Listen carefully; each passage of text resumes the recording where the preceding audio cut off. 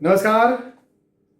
प्रदोष काल और प्रदोष तिथि इन दोनों का हमारे शास्त्रों में बहुत ज्यादा महत्व है। निसंदेह सही समय देख करके जो कार्य प्रदोष काल या प्रदोष तिथि में किया जाता है वो निसंदेह बहुत ज्यादा उपलब्धि, सफलता, यश, सिद्धि और उन्नति प्रदान करने वाला होता है। इसमें कोई दो मत नहीं, कोई संशय नहीं है। लेकिन कई बार मैं जब उपाय देता हूं और खासतौर पर यह कहता हूं कि भाई ये उपाय प्रदोष तिथि को कीजिएगा, ये उपाय प्रदोष काल को कीजिएगा, तो कई सारे लोग कंफ्यूज हो जाते हैं। मुझे कहते हैं कि सर दोनों है तो एक ही, अलग अलग क्यों कह रहे हैं आप। तो आज का ये वीडियो उन सभी के लिए है जो प्रदोष काल और प्रदोष तिथि को एक मानते हैं या फिर जिन्हें इनका अंतर नहीं पता। तो बहुत क्लियरली और बहुत साफ शब्दों में मैं यहां पर प्रदोष काल और प्रदोष तिथि का अंतर आपको समझा रहा हूं। देखिए, सबसे पहले आप समझिए प्रदोष काल कि प्रदोष काल क्या होता है। तो प्रदोष काल रोज रोज आता है। जी हां, डेली शाम का जो वक्त है, हर शाम प्रदोष काल है। कौन सा एग्जैक्टली समय, कौन सा? सूर्यास्त का जो वक्त होता है, जो सूर्य अस्त होने वाले होते हैं, हमें सूर्य अस्त होते हुए दिख रहे हैं, वो जो वक्त है वो प्रदोष काल का वक्त है।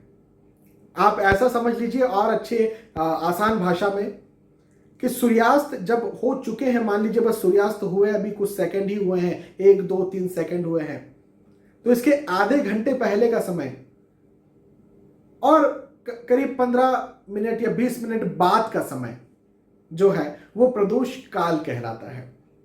आजकल बहुत ज्यादा चलता है सनसेट पॉइंट पर सनसेट देखने जाएंगे। जब एक्चुअली सनसेट देख रहे होते हैं ना, वो वक्त प्रदोष काल का वक्त होता है। हाँ, तो प्रदोष काल आप समझ गए क्या होता है। और प्रदोष काल का भी बहुत बड़ा महत्व है हमारे शास्त्रों में। हर दिन के प्रदोष काल का महत्व है, लेकिन प्रदोष तिथि के प्रदोष काल का महत्व तो बहुत ज्यादा। प्रदोष तिथि क्या होती है? तो जैसे कि हर दिन कोई तिथि होती है ना, प्रतिपदा, द्वितीया, तृतीया, चतुर्थी, पंचमी, षष्ठी, सप्तमी, इस प्रकार एक और तिथि है त्रयोदशी। हाँ, तो जो त्रयोदशी तिथि है, चाहे वो शुक्ल पक्ष की हो, चाहे वो कृष्ण पक्ष की हो, कोई सी भी त्रयोदशी जब भी तिथि आती है उसे हम कहते हैं प्रदोष तिथि। तो महीने में ये जो प्रदोष है ये 2 बार आती है, 15 दिन में 1 बार आती है। लेकिन जो प्रदोष काल होता है वो हर दिन आता है। तो हर दिन प्रदोष काल में की गई पूजा, जिसको संध्या का समय कहते हैं, खासतौर पर दिया बाती का समय भी कहा जाता है कई घरों में, तो ये जो वक्त है, इस समय की गई पूजा, इस समय किए गए अनुष्ठान, इस समय किए गए जो भी धार्मिक कृत्य होते हैं वो बहुत ज्यादा फलकारी होते हैं। लेकिन खासतौर पर प्रदोष तिथि यानी त्रयोदशी को की गई प्रदोष काल की पूजा, यानी त्रयोदशी यानी प्रदोष पूरी तिथि हो गई, उसका अभी जो प्रदोष काल हुआ है, सनसेट का जो समय हुआ, या उसके 15-20 मिनट बाद का समय, या उसके आधे घंटे पहले तक का भी जो समय है, ये जो टाइम फ्रेम है, इस बीच में किया गया जो कार्य है बहुत ज्यादा महत्वकारी होता है। तो आज के इस वीडियो में मैंने आपको प्रदोष काल, प्रदोष तिथि दोनों का अंतर समझाया। आने वाली वीडियोस में हम समझें कि किस प्रकार से उपाय किए जाने चाहिए और कैसे किए जाने चाहिए।